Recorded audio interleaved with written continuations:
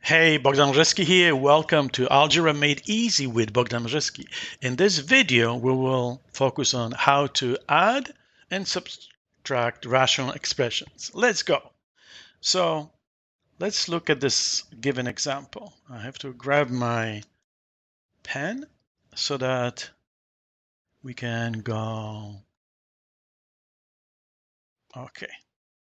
All right. So we have the following example. Rational expression number 1, add rational expression number 2. So when adding and subtracting rational expressions, what is really important for you is to take care of the domain restrictions. Always keep that in mind. And then when adding and subtracting, think of it as if you were adding or subtracting fractions, because that is really helpful. If you know that establishing common denominator is very important, then go for it. You can simplify each expression's prior addition or subtraction. That saves you time and then reduces complexity of your steps. So if reduction is possible, go for it. If it's not, factor each rational expression so that you can see what needs to be done to make denominators equal for both parts, or for more parts if you add 3 rational expressions or more than that. Okay, so when we factor each trinomial, so down below you'll see this is the result. To go from x squared plus 4x into product of x plus 7 times x minus 3. And how to factor we already covered in previous video. So if you want to refresh, then go for this particular video, watch the steps. So the second part, we would factor the numerator, because going from this trinomial right here. And then when we finish that, we will factor the denominator using this trinomial and getting that product, x minus 6 times x plus 4. Now, you can sort of predict at this time that reduction will be possible.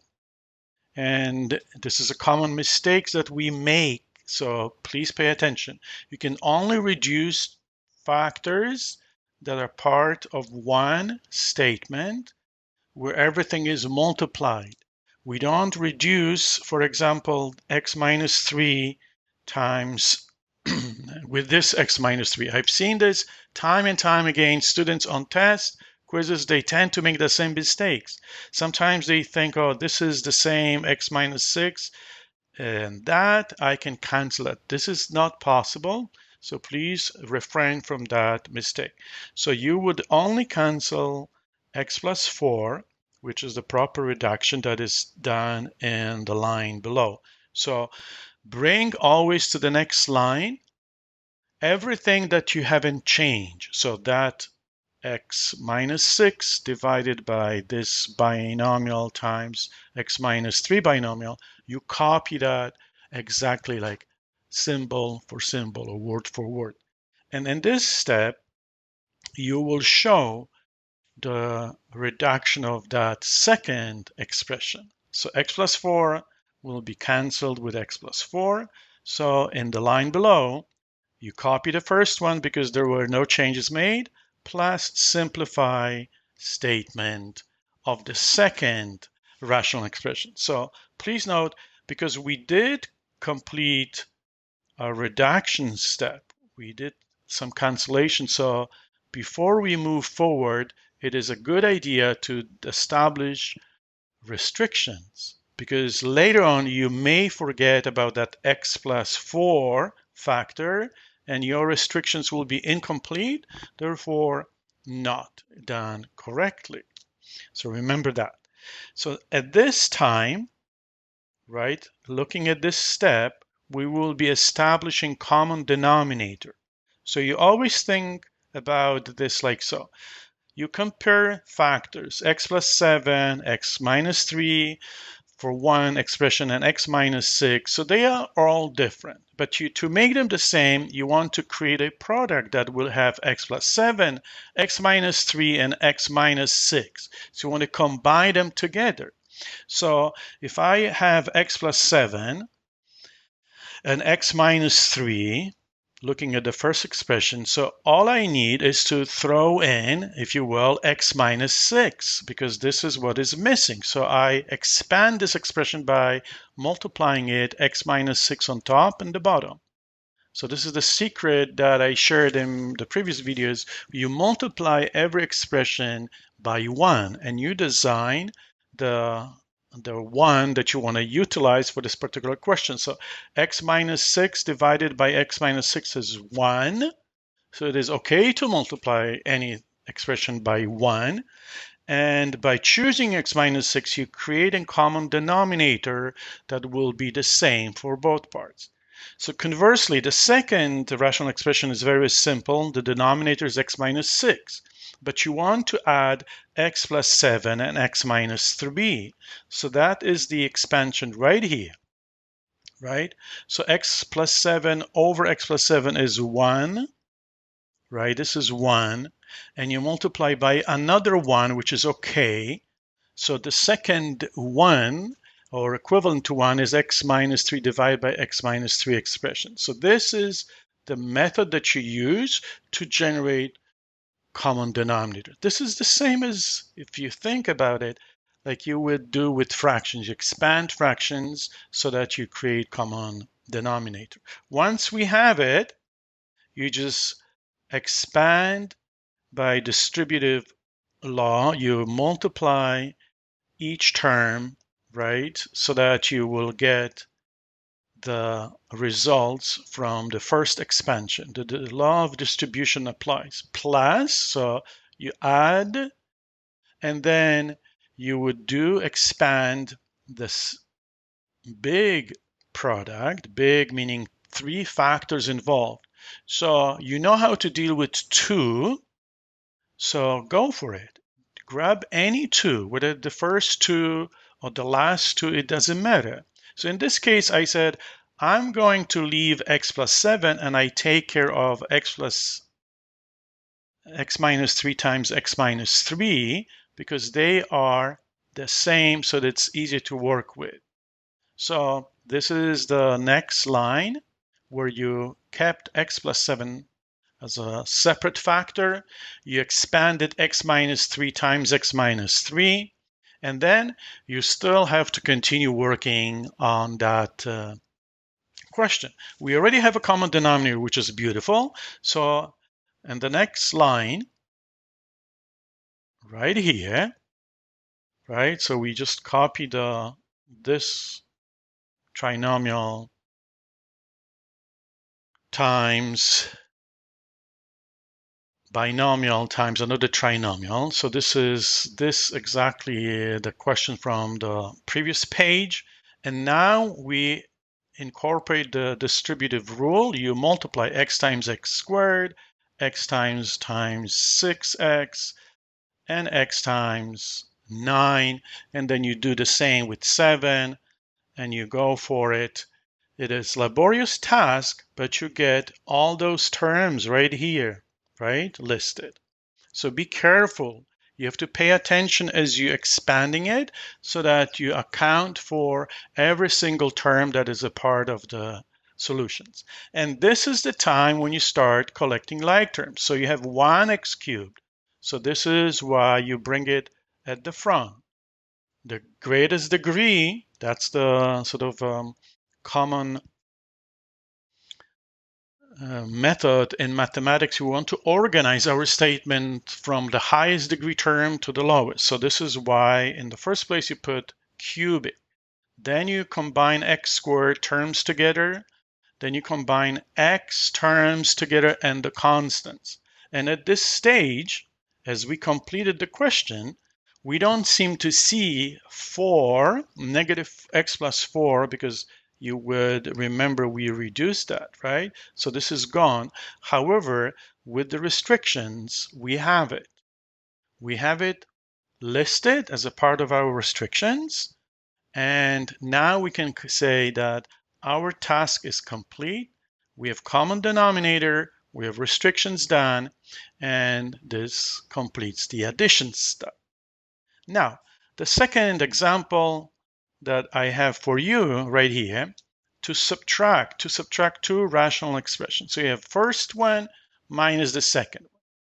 And then immediately what you do, you want to think of factoring it. So x minus 2 is already simplest form. Then the difference of squares from the bottom, a squared minus 9. So a plus 3 times a minus 3.